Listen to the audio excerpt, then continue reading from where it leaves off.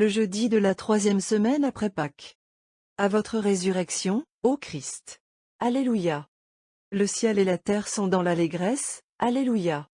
Cette Église que le Sauveur a bâtie et qu'il conserve de sa main divine, est-elle seulement la société des esprits qui possèdent, et des cœurs qui aiment la vérité apportée du ciel?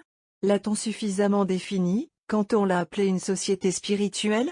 Non, assurément. Car nous savons qu'elle devait s'étendre et qu'elle s'est étendue de fait au monde entier. Or, comment auraient pu avoir lieu ces progrès, comment auraient pu s'étendre ces conquêtes, si la société fondée par le Rédempteur n'eût été extérieure et visible, en même temps que spirituelle? Les âmes ne communiquent pas sans l'intermédiaire des corps. La foi vient de l'ouïe, dit l'apôtre. Or comment entendront-ils, si on ne leur prêche? Lors donc que Jésus ressuscité dit à ses apôtres, « Allez, enseignez toutes les nations », il indique assez que la parole devra retentir aux oreilles, qu'elle fera son bruit dans le monde, un bruit qui sera entendu de ceux qui se rendront à cette parole, comme de ceux qui la dédaigneront. Cette parole a-t-elle le droit de circuler ainsi librement, sans demander permission aux puissances de la terre? Qui oserait nier qu'elle ait ce droit? Le Fils de Dieu a dit, « Allez, et enseignez toutes les nations », il doit être obéi, et la parole de Dieu confiée à ses envoyés ne saurait être enchaînée. La voilà donc déclarée libre, cette parole extérieure, et dans sa liberté elle enfante de nombreux disciples. Ces disciples demeureront-ils isolés les uns des autres? Ne se grouperont-ils pas autour de leur apôtre pour l'entendre? Ne se sentiront-ils pas frères et membres d'une même famille? Alors il faut qu'ils s'assemblent. Et tout à coup le peuple nouveau apparaît, visible à tous les regards. Il en devait être ainsi. Car si ce peuple qui doit assimiler tous les autres ne frappait pas les regards, ses destinées ne s'accompliraient pas. Mais il faut à ce peuple qui s'assemble des édifices, des temples. Il va donc bâtir au soleil les maisons de la prédication et de la prière. L'étranger, à la vue de ces nouveaux sanctuaires, se demande: qu'est-ce que ceci? D'où viennent ces hommes qui ne prient plus avec leurs concitoyens? Ne dirait-on pas une nation dans la nation? L'étranger a raison, c'est une nation dans la nation, jusqu'à ce que la nation elle-même ait passé tout entière dans les rangs de ce peuple nouveau. Les besoins de toute société exigent qu'elle ait ses lois, comme elle a sa hiérarchie. L'Église montrera donc au grand jour les signes d'un gouvernement intérieur dont les effets se produisent à l'extérieur. Ce sont des fêtes, des solennités dont la pompe annonce un grand peuple, des règlements rituels qui forment entre les membres de la société un lien visible au dehors comme au dedans du temple. Des commandements, des ordres émanés des divers degrés de la hiérarchie, qui sont promulgués viennent réclamer l'obéissance. Des institutions, des corporations qui se meuvent au sein de la société, et lui apportent secours et splendeur. Tout enfin, jusqu'à des lois pénales contre les délinquants et les réfractaires. Mais il ne suffit pas à l'Église d'avoir des lieux de réunion pour les assemblées de ses fidèles. Il faut qu'ils soient pourvus à l'entretien de ses ministres, aux dépenses du culte qu'elle rend à Dieu, aux nécessités de ses membres indigents. La voilà donc qui, secondée par la générosité de ses enfants, prend possession de certaines parties du sol qui deviennent par là même sacrées à raison de leur destination, et à cause de la dignité surhumaine de celles qui les possèdent. Bien plus, lorsque les princes, lassés de s'opposer vainement au progrès de l'Église, demanderont eux-mêmes à en faire partie, il deviendra nécessaire que le pasteur suprême ne soit plus sujet d'aucun roi dans l'ordre temporel, et qu'il devienne roi lui-même.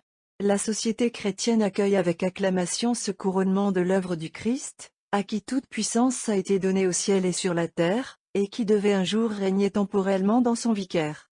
Telle est donc l'Église, société spirituelle, mais extérieure et visible, de même que l'homme, spirituel quant à son âme, tient à la nature physique par son corps qui fait partie essentielle de lui-même. Le chrétien aimera donc la Sainte Église telle que Dieu l'a voulu, et il aura en horreur ce faux et hypocrite spiritualisme qui, pour renverser l'œuvre du Christ, prétend refouler la religion dans le pur domaine de l'esprit. Nous ne pouvons accepter un tel sort. Le Verbe divin a revêtu notre chair. Il s'est donné à voir, à entendre, à toucher. Et s'adressant aux hommes, il les a organisés en église visible, parlante et palpable. Nous sommes un vaste État. Nous avons notre monarque, nos magistrats, nos concitoyens, et nous devons être prêts à donner notre vie pour cette patrie surnaturelle, dont la dignité s'élève autant au-dessus de celle de la patrie terrestre que le ciel est au-dessus de la terre.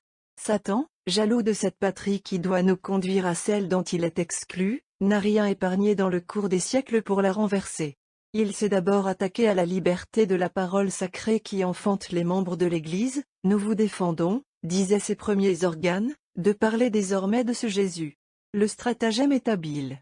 Et s'il n'a pas réussi, si la prédication chrétienne s'est fait jour malgré tout, l'ennemi n'a pas laissé de l'appliquer jusqu'à nos temps dans la mesure qui lui restait possible.